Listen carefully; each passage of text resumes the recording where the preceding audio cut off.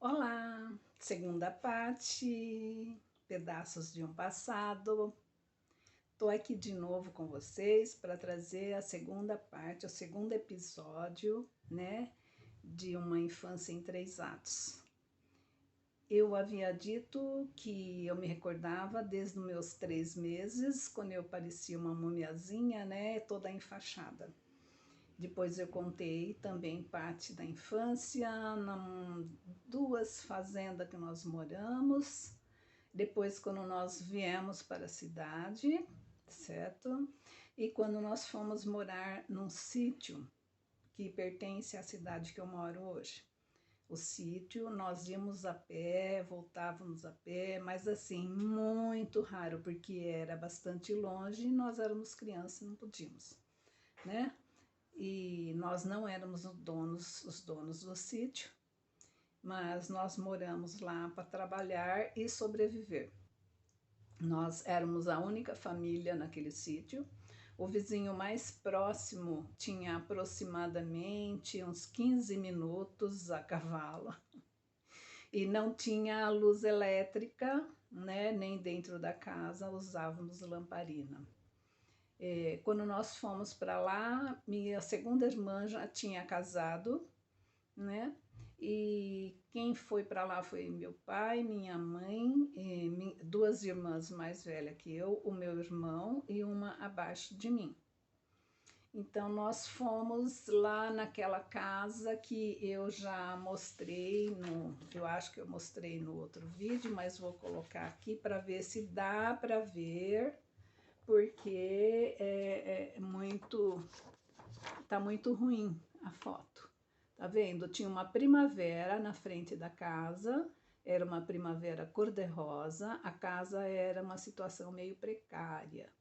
E o telhado era de telhas, né, mesmo, mas não tinha forro e as paredes, né, não estavam assim tão fortes e a nossa porta da sala nós escorávamos com uma vara à noite de medo que alguém entrava, porque era também meio precária.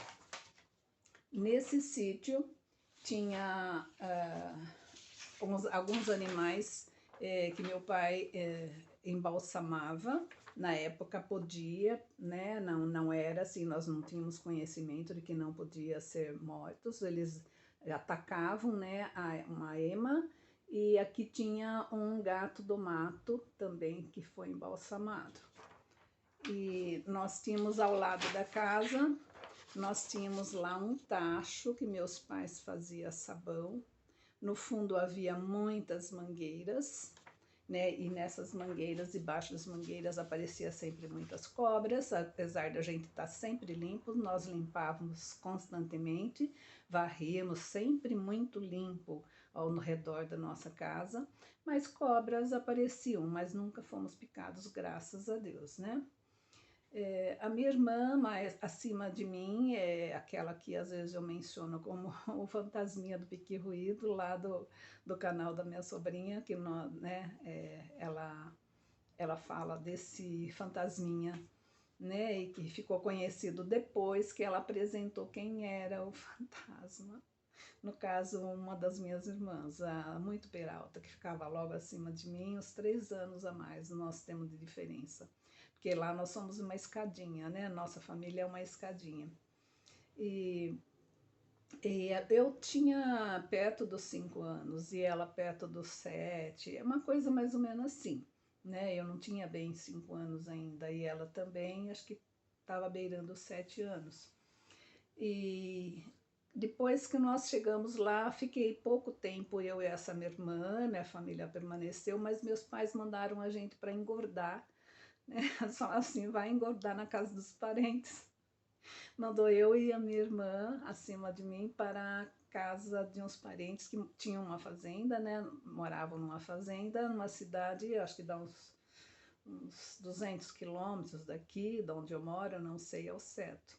Então, lá fomos nós, eu e minha irmã. E os demais ficaram no sítio com meus pais, né?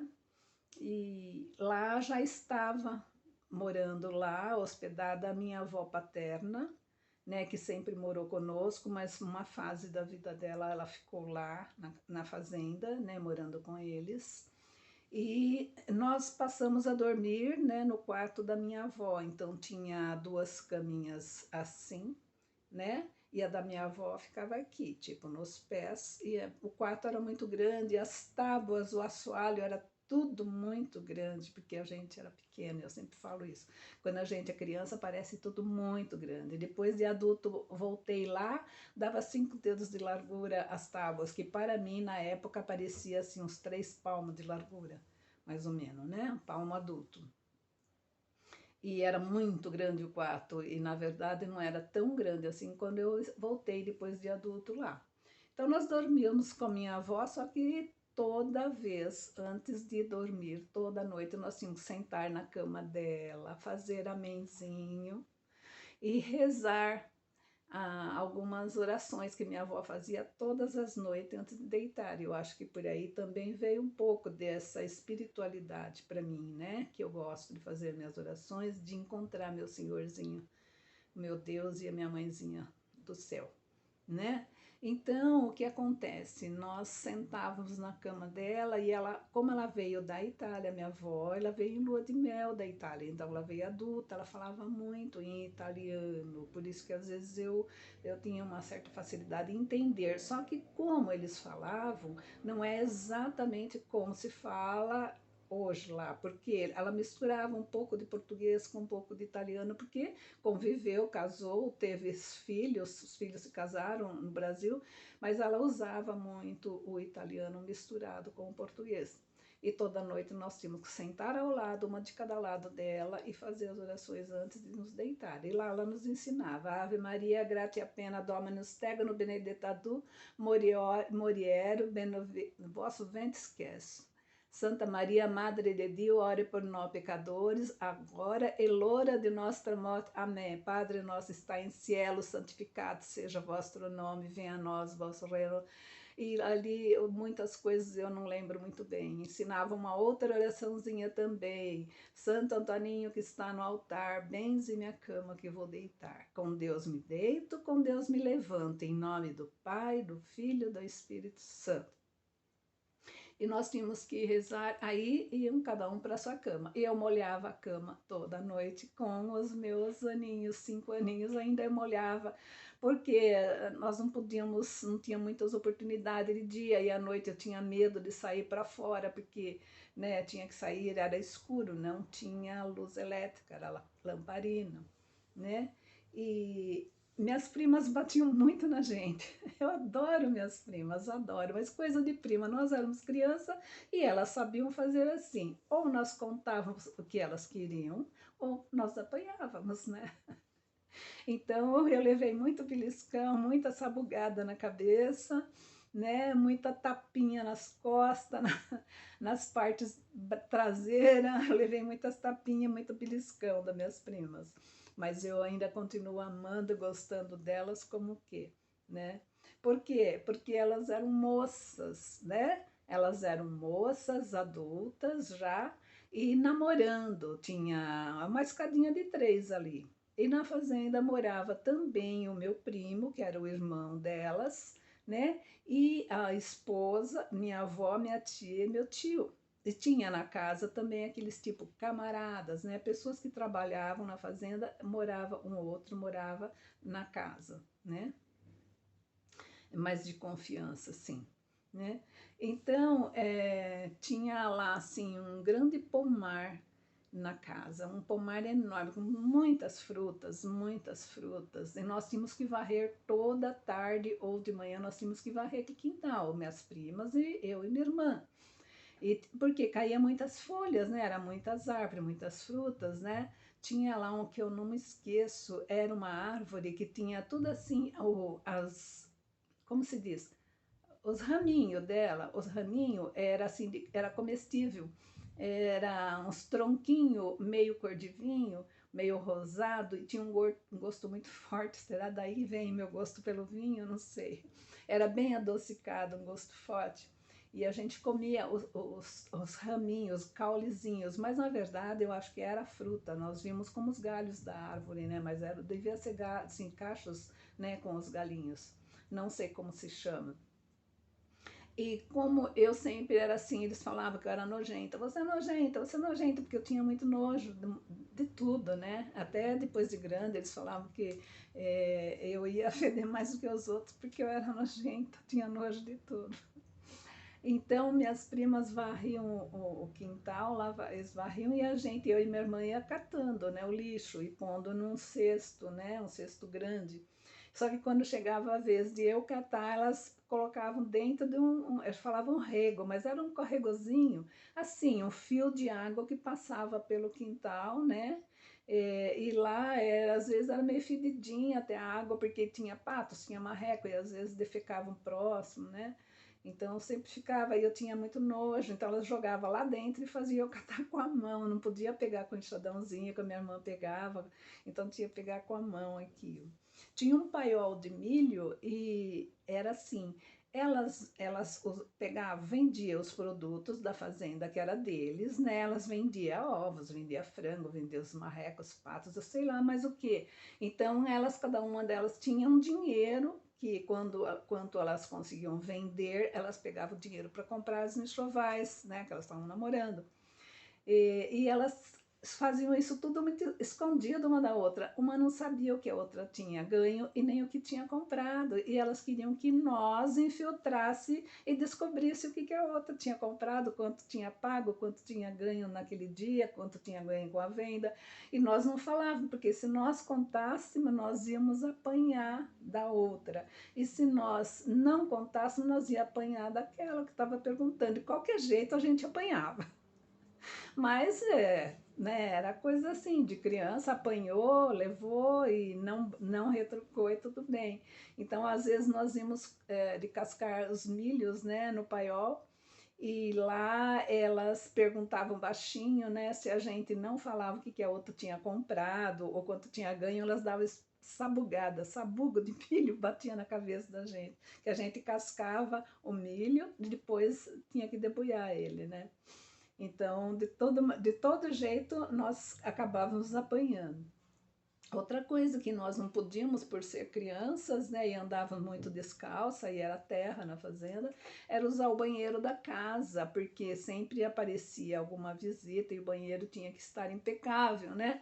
E nós, para poder alcançar no vaso, nós subimos em cima para poder usar, então nós não podíamos, nós tínhamos que ir lá fora fazer, né, as nossas necessidades lá fora no quintal.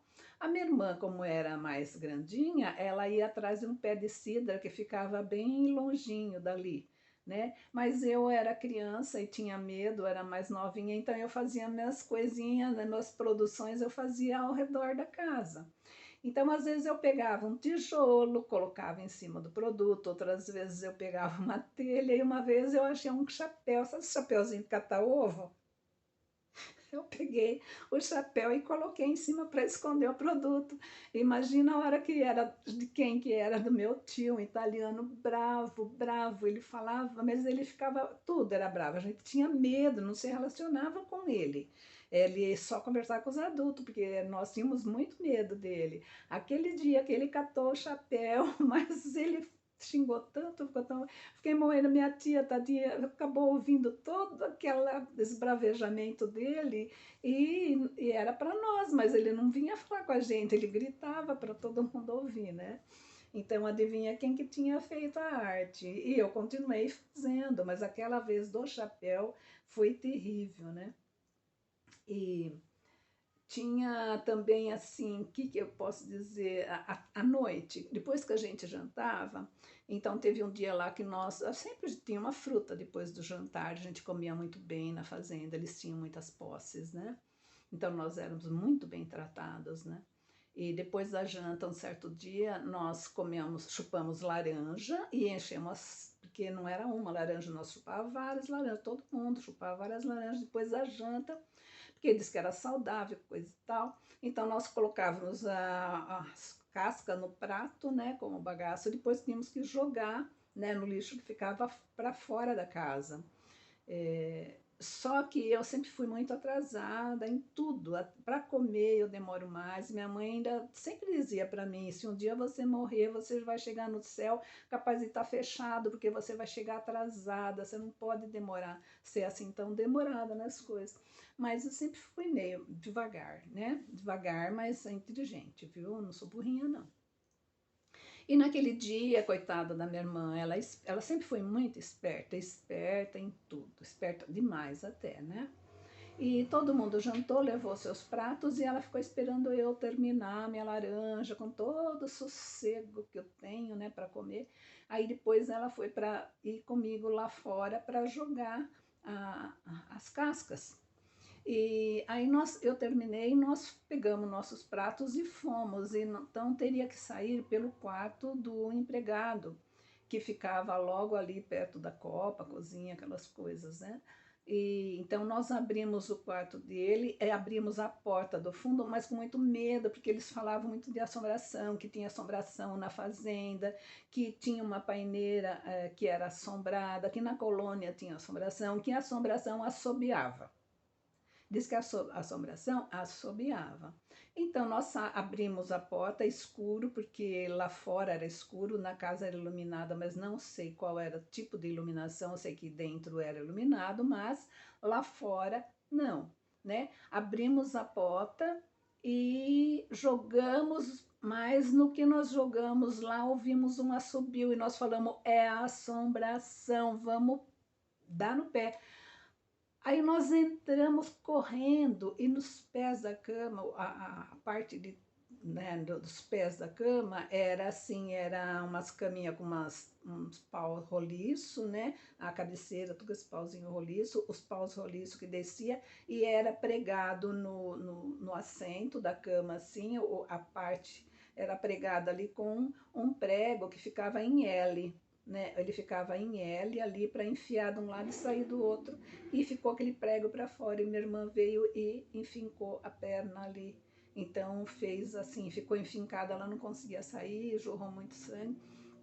Aí eu fiquei com medo, corri chamar minha tia, minha prima, e meu primo foi lá muito nervoso, porque depois da comida não pode passar nervoso, mas ele pegou ela, tadinho, né? Ele nem está mais entre nós, eu gostava muito dele, da senhora dele, né? Na época eles eram casados de novo, não tinha filhos nenhum, depois tiveram alguns filhos, né?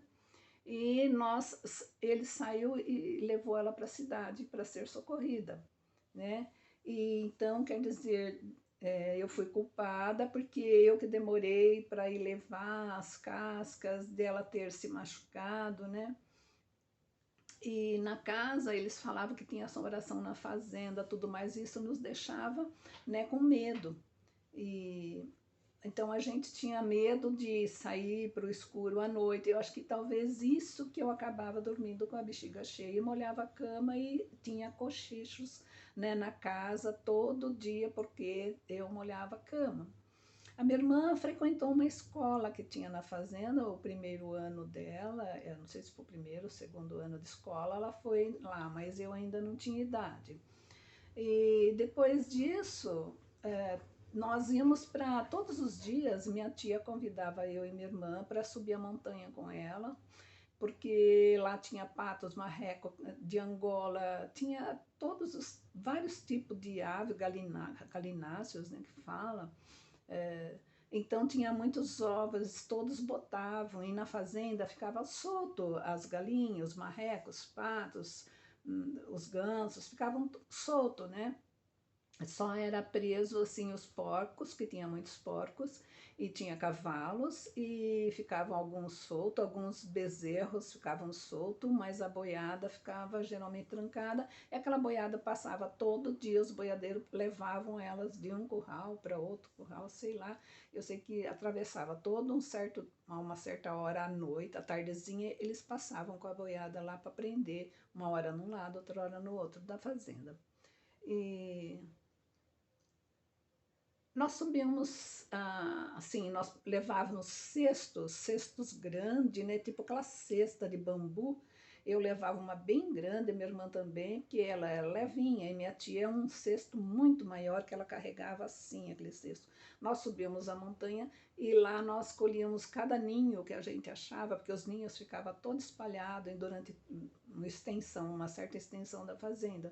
Então lá nós colhíamos os ovos dos ninhos e todos os ninhos tinham ali meia dúzia, uma dúzia, 8, 5, muitos ninhos, muitos. Nós colhíamos muitos ovos e carregávamos de volta para casa aqueles cestos e as cestas cheias de ovos, branco, vermelho, amarelo, verde, azul, tinha várias cores, cada ovo, mas cada ovo um mais lindo que o outro. Aí nós chegávamos, depois que nós chegávamos em casa, então tinha lá já muitos ovos cozidos, que nós tínhamos que picotar, tudo picotadinho, e picava a couve bem fininha, picotava a couve, misturava com aquilo e dava para os patinhos e os marrequinhos, filhotes comer. Então eles cresciam com essa comida, né? Com que era couve picadinha e o ovo cozido picadinho. Ali os patinhos, marrequinhos, se alimentavam disso. Que mais? Bom, passou um tempo, nós voltamos para o sítio, né? Que nós já tínhamos engordado o suficiente, acho. Aí nós voltamos para o sítio. E lá naquele sítio, que eu já descrevi a casa, tudo, eu voltei e estava lá com meus 5 para 6 anos, mais ou menos, eu acho, uns 6 anos. Então lá eu criava formiga. Eu criava formiga, formiguinha, formigão, formiga a vermelhinha, formiga amarelinha, formiga pretinha, formigões grandes, pequenos, saúva. Tinha todos os tipos de formiga. Elas faziam os castelos maravilhosos. Aqueles castelos que ficavam alto no chão, assim, talvez, não dá para ver aqui mais ou menos um tanto assim, de altura no chão e redondo assim. Ali tinha compartimento que subia, que descia, que virava, tinha várias portinhas de todos os lados, subindo, descendo. Então aquilo lá dava para a gente fazer assim e olhar por dentro, que tinha, não era escada, mas era tipo rampas lá dentro, né? Era maravilhoso o castelo das formigas. E elas faziam com umas terras vermelhas, com outras terras amarelinhas. Depende da raça da formiga, ela fazia um tipo de castelo, né? E meu pai vinha e chutava aquilo, jogava defensivo, matava, acabava com o meu castelo de sonho, de ilusão, minhas formiguinhas. E eu colocava folhinhas de árvore, folhinha picadinha perto para elas carregarem, para não fazer, porque elas punham aquilo nas costas e caminhava com aquilo até lá dentro. Eu punha açúcar na porta das casinhas delas, tudo para ajudar os bichinhos, né? Mas o meu pai, ele ficava bravo e eu não falava que era meu, porque senão ele ia falar, isso aí é porcaria, isso aí não presta, alguma coisa assim, ou vai nos prejudicar na nossa plantação, né? E a minha outra irmã, a Levada, né? Ela criava ratinhos, só que eu não chamava ela para ajudar eu na criação das formigas, mas ela sempre me chamava para ajudar a tratar os ratinhos. Por quê? Aqueles ratinhos peladinhos, desse tamanho assim, que ficava dentro do que ninhada. Então, nós pegávamos uma seringa de injeção com leite e colocava na boquinha dele, que nem abria aquela boquinha tititica, que nem se enxergava, colocava ali, eles mamavam, aí estufava aquele barrigo, ficava até assim, parecia uma bexiga em cima dele. Aí nós fazia com outro, tratava todos. Aí meu pai começou a descobrir que tinha ratos no sítio. Ele falou, olha, só faltava, já tem cobra, já tem formiga, agora rato, pelo amor de Deus. E pegava os defensivos, ia lá e acabava, né, matava, mas acho que não matava todos. Por quê? Porque mais tarde eu vou contar a história do resto dos ratos. E eu sei que nós ficamos lá durante muito tempo, né? Até que depois meu pai tinha, assim, uma vez por mês ele ia até a cidade para fazer a despesa para o mês, comprar as coisas, né? E muitas coisas nós produzíamos no sítio, arroz, feijão, milho, várias coisas, né? Mas nós precisávamos de outro tipo também de coisa, porque lá nós plantávamos as hortaliças, nós tínhamos muita hortaliça lá que nós comíamos, né? E, e certa vez, tadinho, ele veio na cidade porque ele vinha para fazer a compra no lombo do burro e ele levava um saco de açúcar. Esses sacos de açúcar a gente compra às vezes para fazer guardanapo, essas coisas. Tem gente que compra para fazer artesanato, né? Aqueles guardanapo, pintar. Então eram sacos de açúcar que a minha mãe ela aquarava ele, né? E deixava ele branquinho, branquinho. Ele levava aquele saco de 60 litros para trazer com as mercadorias. Um dia ele chegou lá, no que ele abriu para pôr as coisas dentro, tadinho, passou uma vergonha. Era uma calçola da minha avó que ela usava no tempo do frio. Ela fazia umas calçolas um pouquinho mais compridinha, né? Mas isso também passou, fez parte do passado. E para que nós vamos ficar falando? Só apenas para constar, né? Só para constar. Eu e minha irmã mais nova, nós costumávamos ir assim, depende de um certo horário, quando meus pais estavam para vir para casa, porque eles trabalhavam, eles e os meus irmãos mais velhos, né? E eu ficava só com a minha irmãzinha em casa. Então nós íamos visitá-los lá na agricultura deles lá. E nós tínhamos que andar por uma estrada que era muita areia, aquela areia quente. E um certo dia nós estávamos passando por lá e tinha uma cobra atravessando o caminho. Era uma cobra mais ou menos de 1,5 m, 1 m e pouco. Não era assim tão grande. E ela era como mais ou menos fazendo um ó, assim, quase fechando o dedo. Então ela não era muito grossa, né? E ela era branca e toda listada de laranja. Então ela estava atravessando a clareia quente, aí nós pulava para lá e para cá, por cima da cobra. E minha irmã, então, minha irmãzinha colocou o nome de Cobra Coco. Não sei de onde ela tirou Cobra Coco, né? E nós ficamos lá, foi muito bom, nós gostamos muito, né, de morar lá. E à noite eu estou quase encerrando já, porque uma outra parte vai ficar para o próximo. À noite nós ficávamos todos lá na frente da casa, tinha um terreiro grande onde lá se colocava encerado e colocava o produto da colheita em cima, ou era milho, ou era café, ou era arroz, e depois cobria com outro encerado e deixava lá para soltar as cascas, sei lá, para, né, ficar bom para a gente usar. Depois disso se beneficiava, batia no pilão, qualquer coisa assim, para a gente usar e a gente sobrevivia e algumas coisas a gente podia vender, porque era da onde nós tirávamos a renda, né? A renda era o que nós colhíamos, né? E lá, meu pai saía com a gente à noite e tinha a lua. A nossa distração à noite era ficar olhando a lua, as estrelas e ir lá em sítio, fazer essas coisas. Se vê muito nitidamente, né? A constelação. Meu pai ficava ali contando histórias pra gente.